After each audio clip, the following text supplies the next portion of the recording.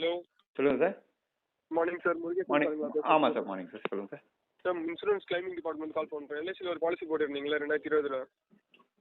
என்ன policy sir பேர்? LIC sir, life insurance. நான் இப்போ அது கட்டுறதுலாம் கிடையாது இல்லையா சார், ரொம்ப நாள் ஆச்சு.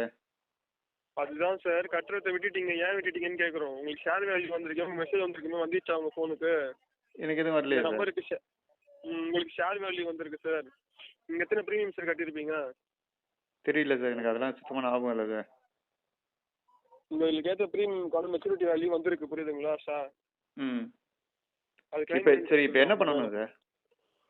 ஃபர்ஸ்ட் நீங்கள் தான் முருகேஷன் சொல்லி ப்ராசஸ் ஸ்டார்ட் பண்ணுங்க சார். வெரிஃபிகேஷன் பண்ணுவாங்க ஏர்எஃப்எஸ்லேருந்து. சரி.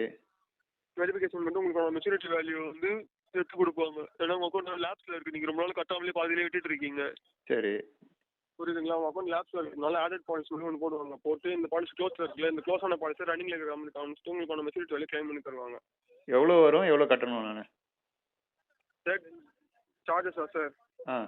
ஃபர்ஸ்ட் உங்கள் மெச்சூரிட்டி வேல்யூ பார்த்தீங்கன்னா 4,25,000, புரியுதுங்களா?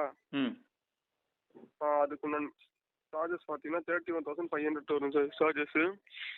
நீங்கள் இப்போ ஆட் பாலிசி நம்ம போடுறோம்ல, அது ஆட் பாலிசி கண்டினியூ பண்ணுறதுனால கண்டினியூ பண்ணலாம். இப்போ நீங்கள் 31,000 பே பண்ணுறீங்களா, அது சரண்டர் பண்ணி கொடுத்தாலும் சரண்டர் பண்ணி கொடுத்துருவோம். அதனால உங்களுக்கு 30,000 உங்களுக்கு கிரெடிட் ஆகிட்டு 1,500 ஜிஎஸ்டி கொடுப்பாங்க. ஓகேங்களா?